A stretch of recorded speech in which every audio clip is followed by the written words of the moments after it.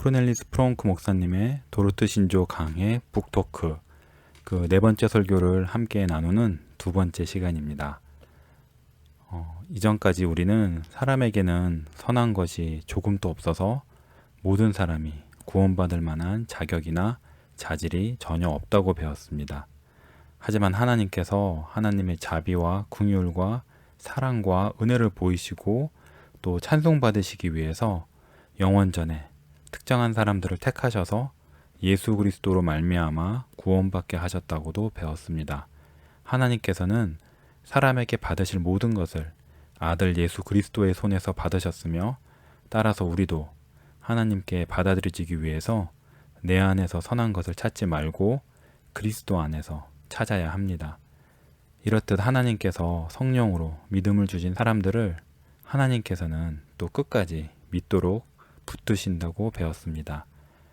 중요한 것은 이렇듯 택함받아 거듭난 사람은 자신이 택함받았고 또 성령으로 그리스도께 인도함 받은 사실을 알 수 있고 또 반드시 알아야 한다고 했습니다. 이렇게 내가 택함받은 사람인지를 알 때 중요한 것은 성경이 말하는 참신자의 증거를 자기 안에서 발견하는 것이 올바른 방법이라고 했습니다. 또 이렇게 발견할 때는 거룩하고 신령한 기쁨과 즐거움이 있다고 했습니다. 자, 그러면 오늘은 이렇듯 참신자가 반드시 맺게 되는 열매가 무엇인지를 살펴보려고 합니다. 도르트 신조에 보면은 네 가지 열매가 나와요. 첫 번째는 그리스도에 대한 참된 믿음, 두 번째는 자녀로서의 경외감, 세 번째는 죄에 대한 경건한 슬픔, 네 번째는 의에 대한 주림과 목마름. 이렇게 네 가지입니다. 이 목록을 보면은 팔복이 떠오르지 않나요? 저희 이제 북미 자유개혁교회 한국문서사역 채널에 프롱크 목사님의 팔복 강해가 다 올라왔습니다.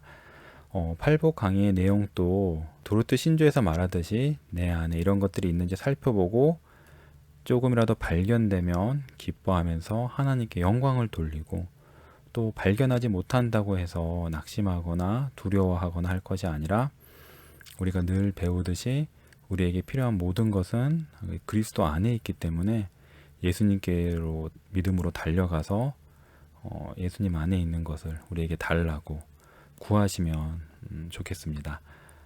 자, 이 네 가지 주제는 사실 주제 하나당 설교 한 편, 책의 챕터 하나를 쓸 만큼 중요한 주제들이에요.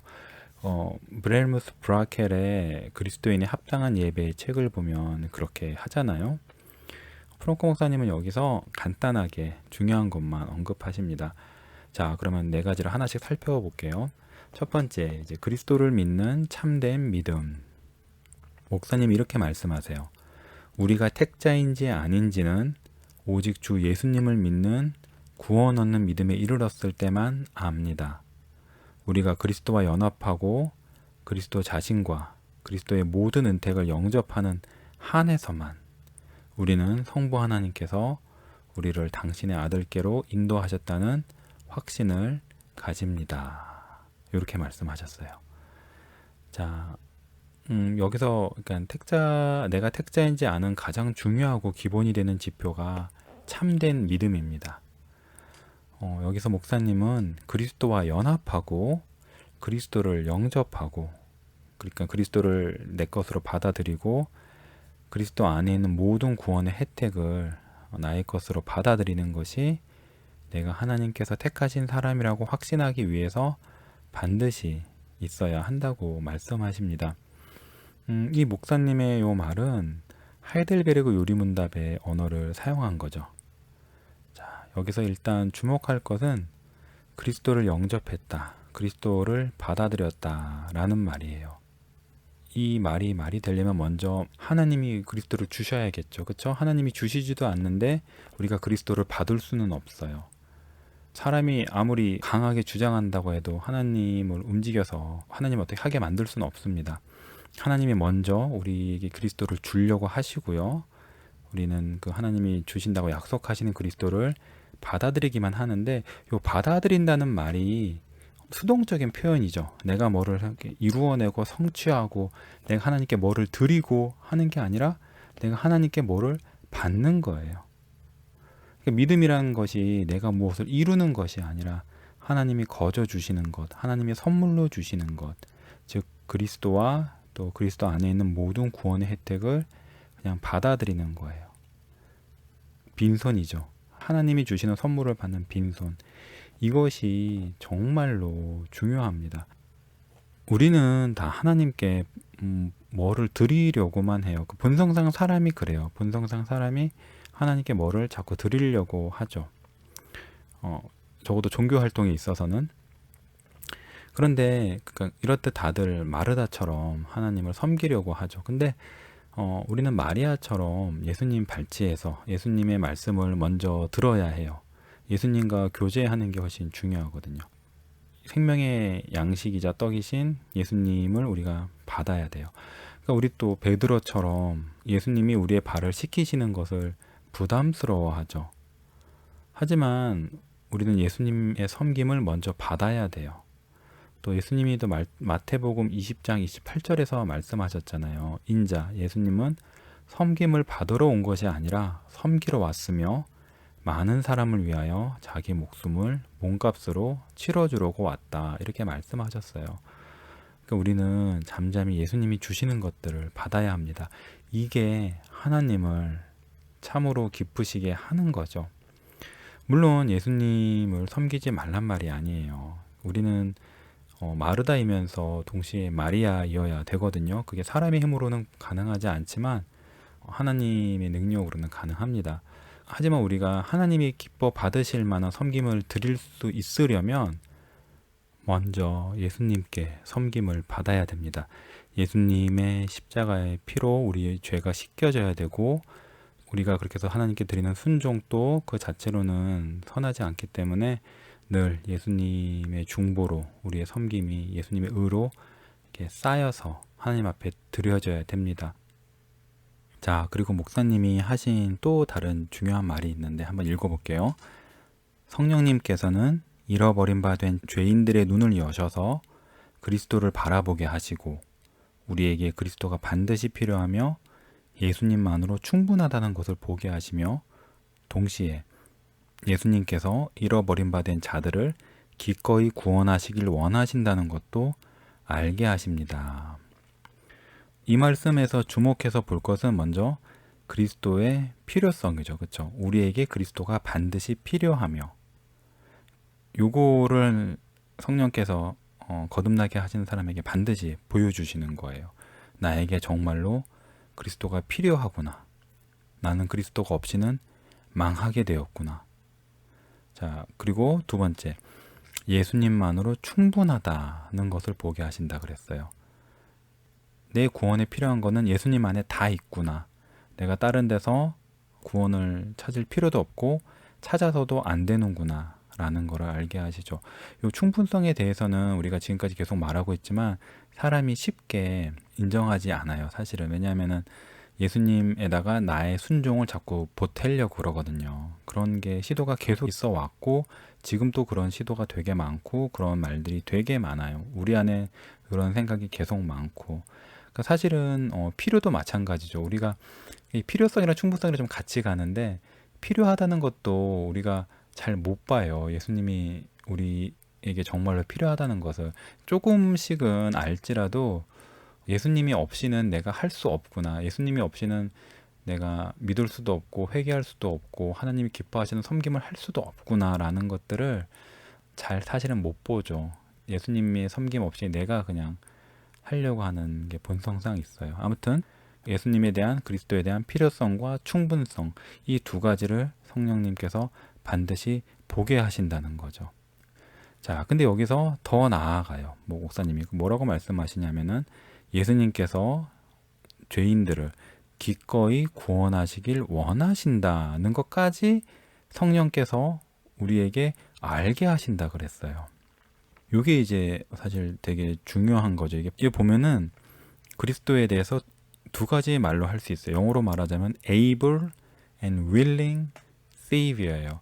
그러니까 예수님이 우리를 구원하실 능력이 있을 뿐 아니라 우리를 기꺼이 구원하길 기뻐하신다 또는 구원하길 원하신다라고까지 말해도 괜찮아요. 개혁주의에서.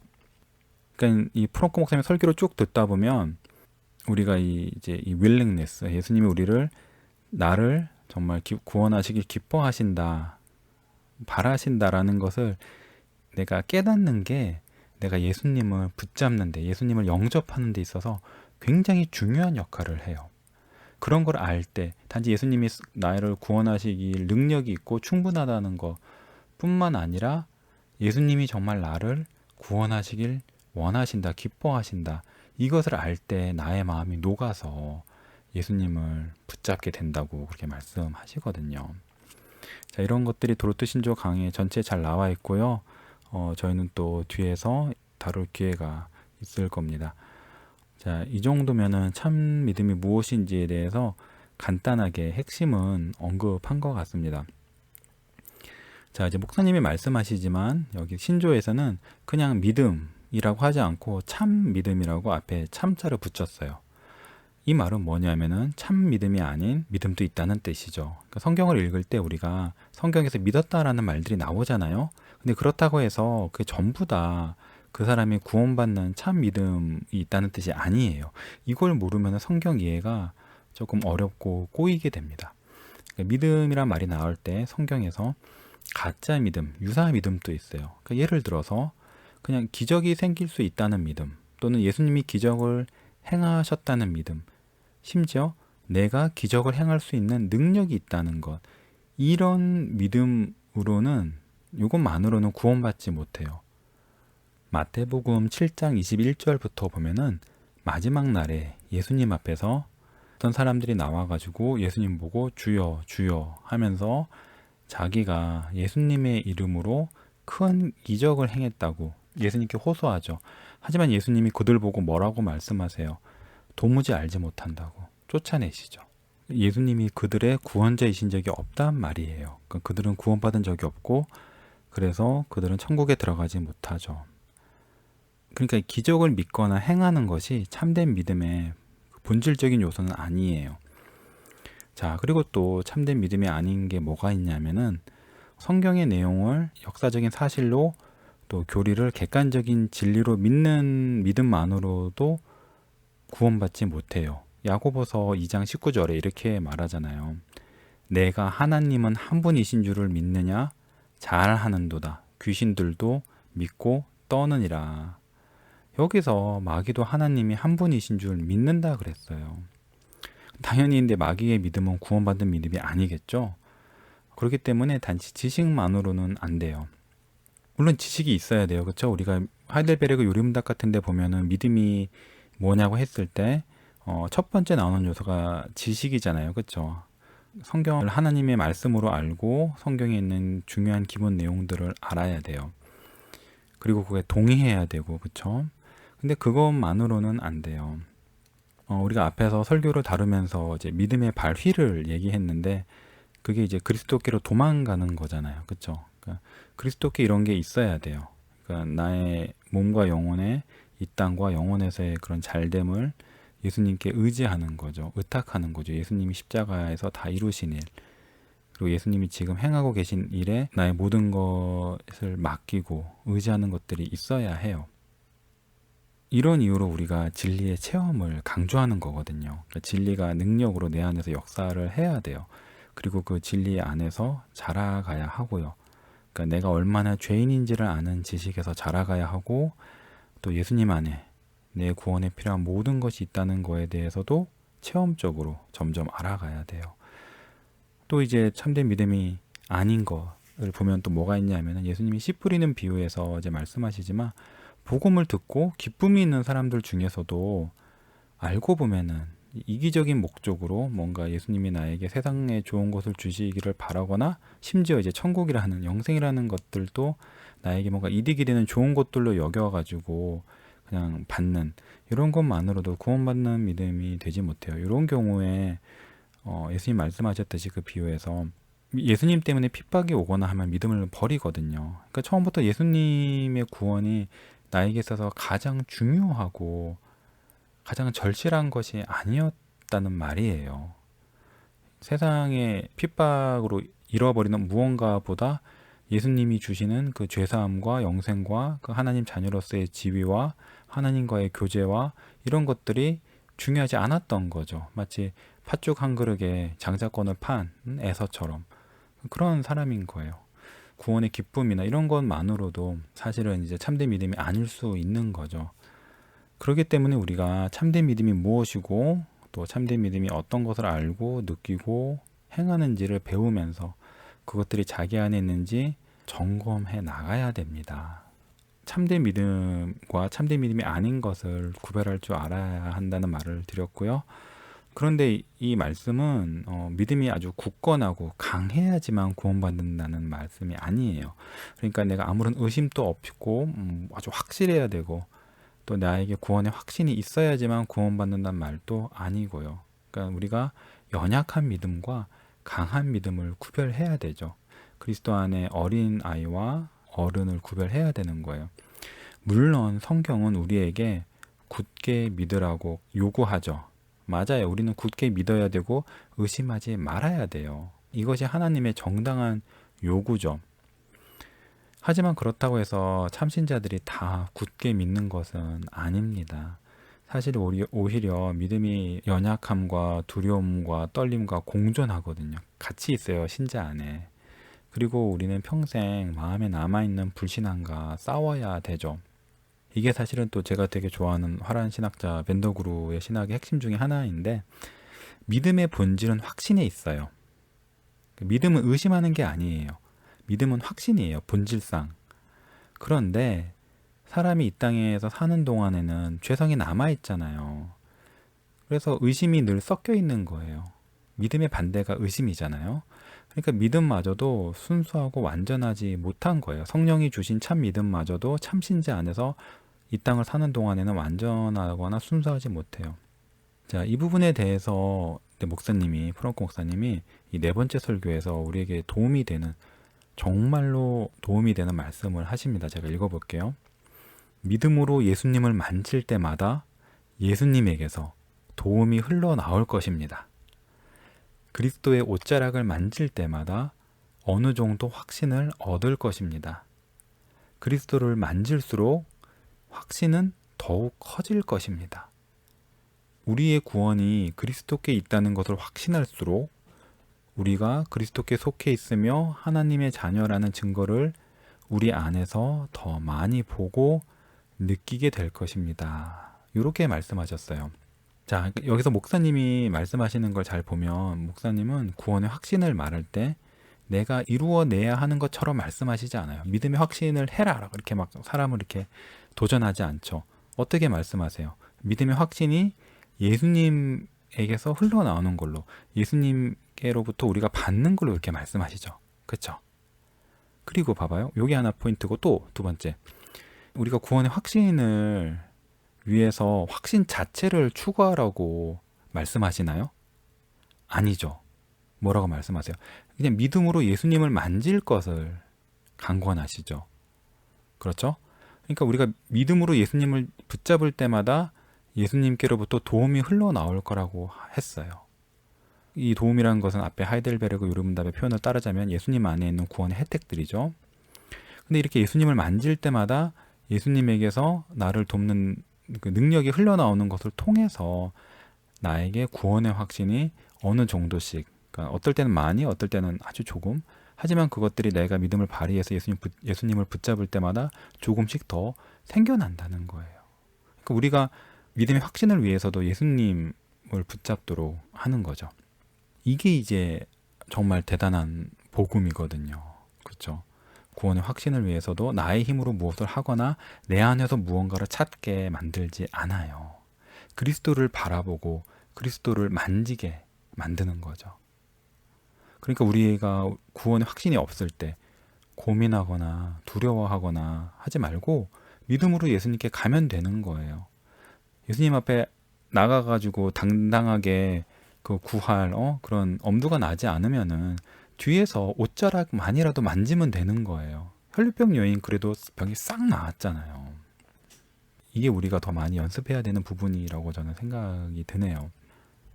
자, 그리고 방금 읽은 요 말씀의 뒷부분에도 아주 또 중요한 부분이 있어요. 또 뭐 제가 같이 나눠보고 싶은데 이런 말씀이 있었죠.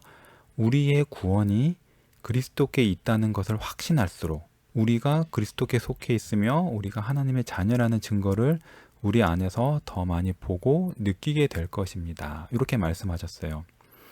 여기 보면 일단 두 가지 종류의 확신이 나와요. 첫 번째, 우리의 구원이 그리스도께 있다는 것을 확신하는 확신이 하나 나오고요. 두 번째로 우리가 그리스도께 속해 있다는 확신이 나와요.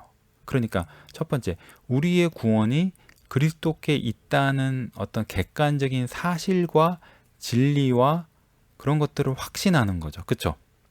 그렇죠. 요거는 객관적인 성경의 진리에 대한 확신이에요. 또 다른 말로 하면 하나님의 약속에 대한 확신이에요. 두 번째는 나온 건 뭐냐면 우리가 그리스도께 속해 있다는 확신. 이거는 뭐예요? 나의 상태에 대한 확신이죠. 그렇죠. 내가 지금 어디 있느냐, 내가 지금 그리스도 안에 있느냐 밖에 있느냐, 내가 그리스도와 연합해가지고 그리스도 안에 있는 것들을 내 안에 받고 있느냐, 아니면은 그렇지 못한 그리스도에게 대해서 외인이냐, 이런 거에 대한 확신이요. 그러니까 나와 그리스도와의 관계에 대한 확신이죠. 내가 그리스도께 참여한다는 확신. 요 두 가지 확신을 구별하는 것이 정말로 중요합니다. 우리가 보통 구원의 확신을 말하면은 두 번째만 생각을 해요. 저도 그랬고요. 그리고 구원의 확신이 없을 때 자꾸 두 번째만 하라고 강조해요. 근데 아무것도 붙잡을 것도 없고 느끼는 것도 없는 사람에게 자꾸 확신하라고만 해요. 그런데 이런 거는 잘못된 거예요. 믿음이라는 것이 마치 두 번째, 그러니까 내가 구원받았다는 것을 의심하지 않는 것하고 같은 거라고 보는 거거든요. 근데 이거는 참된 확신이 아니에요. 그리고 이런 것들은 참된 믿음도 아니기 때문에 이걸 강조하면은 자기를 속이는 거죠. 위선자가 되는 거예요. 그리고 이제 실은 구원받은 사람이 아닌데 내가 구원받았다는 확신을 한다고 해서 구원받는 사람으로 착각하게 만드는 꼴이라는 말씀입니다. 믿음의 본질은 오히려 첫 번째에 있어요. 그리스도 안에 나의 구원에 필요한 모든 것이 있다는 그 객관적인 사실 자체를 확신하는 거. 그리고 나에 대해서도 내가 그리고 하나님이 나에게 그리스도를 주신다고 약속하셨기 때문에 내가 그리스도를 받아들이기만 하면은 내가 정말로 그리스도 안에 있는 것들을 누려가지고 몸과 영혼의 모든 문제가 해결되겠구나 라고까지 확신하는 거죠. 여기까지가 믿음의 본질에 속합니다. 그리스도에 대한 객관적인 사실과 약속에 대한 확신과 내가 그리스도께 참여하고 있다는 주관적인 상태에 대한 확신, 요 두 차이에 대해서 조금 더 말씀을 드리면은 피셔의 개혁신앙의 정수 책에 각주들이 원래 전부 다 보스턴이 붙인 건데 제가 딱 하나만 제가 알기로는 다른 청교도 책에서 찾아서 넣은 게 있거든요. 그게 요 확신에 대한 부분인데 거기에 이제 요런 예가 하나 나와요. 아이가 저기 엄마가 오는 것을 보면 아이가 어떻게 해요? 쭉 달려가서 확 매달리죠. 그쵸? 자, 그러면은 엄마가 어떻게 해요? 아이를 자기 팔로 안아가지고 입을 맞춰주고 그러잖아요. 자, 아이가 엄마한테 달려가서 매달리는 것은 바로 그 첫 번째 확신하고 같아요. 그러니까 그리스도에게 내 구원에 필요한 모든 것이 있다고 확신하면서 그리스도께 매달리는 거죠. 이게 믿음의 본질이에요. 그리고 나면 이제 엄마가 아이를 꼭 안아주고 입 맞춰서 엄마의 사랑을 아이가 느낄 수 있도록 해주는데 이게 이제 두 번째 확신이죠. 그러니까 내가 하나님의 사랑과 그리스도의 구원 혜택에 참여한다라는 느낌을 받는 거예요.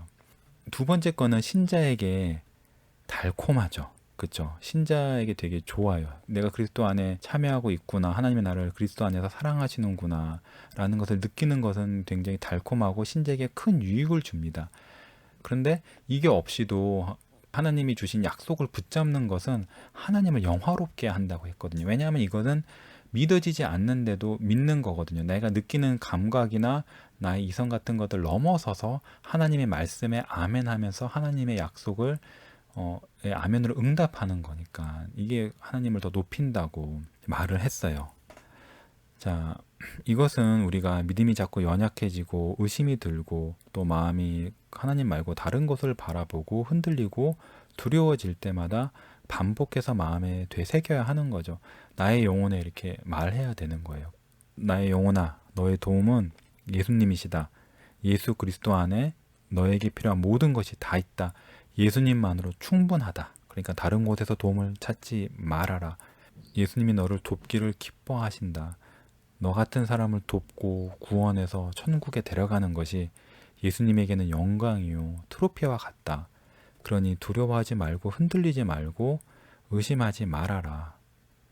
아무 느낌이 없어도 하나님께서 말씀에서 그렇게 말씀하셨으니까 굳게 믿어라 라고 자기 영혼에 자꾸 말하는 거죠. 그러면서 예수님께 가서는 이렇게 고백하는 거예요. 예수님, 나의 도움은 오직 주님이십니다. 주님께 내게 필요한 것이 모두 다 있습니다. 저는 정말로 주님이 필요합니다. 또 주님께서 저를 돕기를 기뻐하시고 기꺼이 도우려 하신다는 것도 알고 왔습니다. 주님, 저를 도와주세요. 저의 믿음 없는 것을 도와주세요 라고 예수님께 이렇게 고백하는 거죠.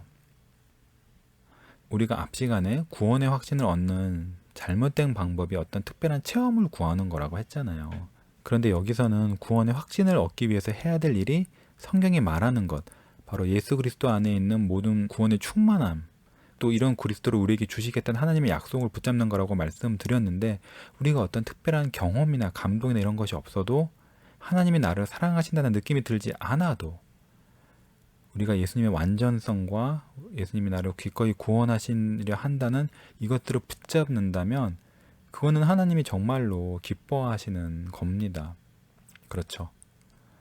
믿어지지 않아도 믿는 거니까. 그렇죠? 하나님 말씀에 아멘 하는 거니까. 특히 신앙의 초기에 회심한 지 얼마 안 된 분들은 하나님이 나와 함께 하신다는 인생의 경험들이 적기 때문에 매우 이렇게 불안하거나 그럴 수가 있거든요. 그리고 내가 정말 구원 받았나 하는 고민이 많이 들 수 있고, 그럴 때 너무 걱정하거나 두려워하지 말고 하나님이 주신 약속을 굳게 붙잡으시면 좋겠습니다. 자, 그리고 믿음에 대해서는 이 정도만 하고 두 번째로 넘어갈게요. 두 번째는 자녀로서 갖는 경외감입니다.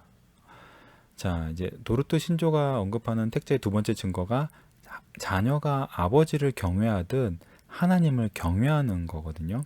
여기서 경외는 두려워한단 말이죠. 근데 여기서 그냥 하나님을 경외한다, 두려워한다라고 말하지 않고 자녀가 아버지께 하듯 두려워한다, 경외한다라고 말을 붙여놨어요. 이 말은 하나님을 두려워하는 것이 두 종류가 있다는 말이죠. 하나는 자녀로서 하나님을 경외하는 것이고, 나머지는 종으로서 하나님을 두려워하는 거예요. 이렇게 종으로서 두려워한다는 것은 벌 받을까봐 두려워하는 거죠. 자기가 손해볼까봐 하나님께 순종한다는 말이에요. 그러니까 불안과 두려움이 순종의 동기라는 말이에요. 또 다른 말로 하자면은 내가 이득을 보려는 생각에서 하는 그 이기심이 동기가 되는 순종인 거죠. 이제 앞에서 말한 대로라면 이제 거짓 믿음을 가진 사람의 특징 중에 하나예요. 그러니까 반면에 이제 자녀로서 갖는 경외감은 그 하나님께 순종하는 동기가 하나님이 나를 사랑하신다는 그 하나님의 사랑에 대한 확신에 있거든요. 우리가 이제 칭의 교리를 잘 이제 배워서 익히면은 예수님의 피로 하나님이 나와 완전히 화목하셨고, 완전히 화해하셨고, 그리고 하나님께서 나에게 어떠한 죄값도 묻지 않으신다는 것을 잘 알잖아요. 그렇죠? 하나님의 공의가 예수님의 십자가의 피로 완전히 만족되었으니까. 이렇게 되면은 마음에 평안이 오거든요. 또 평안을 누려야 하거든요. 칭의에 대한 믿음과 체험이 있어야지만 하나님을 아버지로 생각할 수 있어요. 이게 없으면은 하나님은 나에게 죄값을 끝까지 묻는 무서운 심판장, 심판관, 재판관이실 뿐이지 나를 사랑하는 아버지가 아니거든요. 이렇듯 이제 칭의 교리가 요 이제 양자됨 교리랑 밀접하게 연결되어 있습니다. 그러니까 우리가 칭의를 배웠다면은 이렇듯 양자의 영을 갖는 데까지 나아가야 하고요.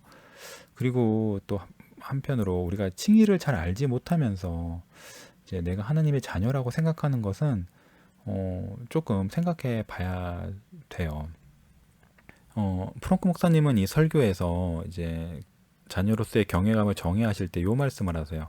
하나님의 위엄과 거룩하심을 보는 것, 또 그리고 하나님의 뜻을 행하려는 열망, 이 두 가지를 이 자녀로서 갖는 경외감의 특징으로 보시거든요.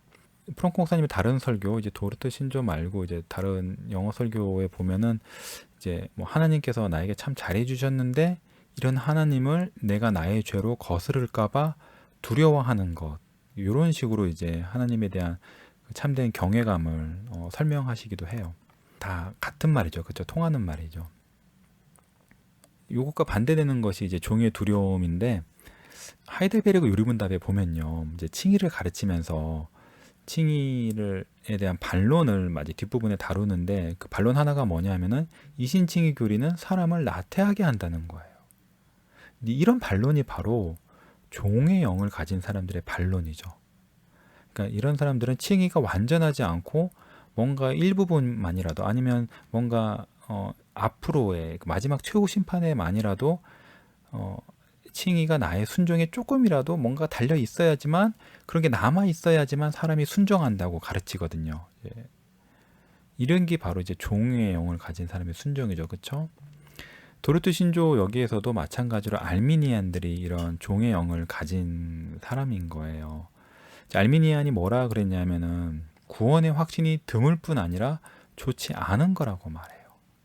왜냐하면 사람이 자기가 택자이고 자기가 이제 끝까지 천국에 갈 거라는 것을 확신하면은 사람이 선을 행하지 않고 태만하게 살 거라고 생각을 하는 거죠. 이렇듯 종의 영을 가진 사람은 두려운 것과 불확실한 것이 없이는 순종할 동기를 찾지 못하는 거예요. 참. 반면에 이제 하나님의 자녀는 하나님이 나를 사랑하신다는 것을 확신할수록, 또 나의 구원이 완전하고 안전하다는 것을 확신할수록 오히려 그게 더 순종을 하는 동기가 되는 거죠. 우리가 이제 에베소서 이야기를 지난 시간에 했는데, 이제 에베소서를 보면 앞부분 이제 선택에 대한 것들이거든요. 넓게 보면. 그러니까 하나님께서 신자에게 어떤 복을 주셨는지에 대한 얘기죠. 그리고 뒷부분은 어떻게 살아야 될지에 대한 얘기인데, 이게 사실은 큰 가르침을 주죠. 이 구조가. 하나님이 신자를 선을 행하도록 하실 때는 먼저 하나님께서 우리에게, 하나님이 우리를 어떻게 사랑하셨고 이렇게 사랑하셔서 예수님을 통해서 구원하신 뜻이 무엇인지를 먼저 설득시키시는 거죠. 그렇죠. 그래서 우리가 앞 설교들에서 이제 선택을 다룰 때 선택의 사실보다 어찌 보면 더 중요한 게 선택이 어떤 성격이었는지, 그러니까 본성상 태어날 때부터 날 때부터 나의 상태가 어땠고, 그리고 하나님이 나를 구원하실 의무가 없으신데 나를 은혜로 구원해 주셨고, 더군다나 이 구원이라는 게 나한테는 값없이 오더라도 하나님의 아들 독생자 예수님에게는 그 피값을 요구했다는 그런 것들을 알 때, 또 그리고 하나님께서 그 성령으로 그 나를 그리스도께로 이끌어 주신 그 능력을 알 때, 내가 이 사랑에 매여서 하나님께 이 사랑을, 먼저 받은 사랑을 돌려드리고자 하는 거잖아요. 이게 이제 거듭난 사람의 그 참된 순종입니다. 그런데 사실 참된 믿음으로 예수님을 영접한 하나님의 참된 자녀라 하더라도 이게 자동으로 양자의 영을 갖지는 않는 것 같아요. 그러니까 생각과 행동의 많은 부분이 아직도 종의 영을 가진 듯이 행동하거든요. 그러니까 하나님에 대한 종과 같은 두려움들이 참신자들에게도 남아있는 경우가 많은 것 같아요. 이런 이유로 저는 이제 이신칭의 교리나 양자의 교리 같은 것들이 더 잘 가르쳐 줘야 되고, 도르트 신조에 나오던 이런 예정에 대한 유익을 더 잘 가르쳐야 된다고 생각을 해요. 이런 복이 있다고 들어야지만 사람들이 이런 복을 구하거든요.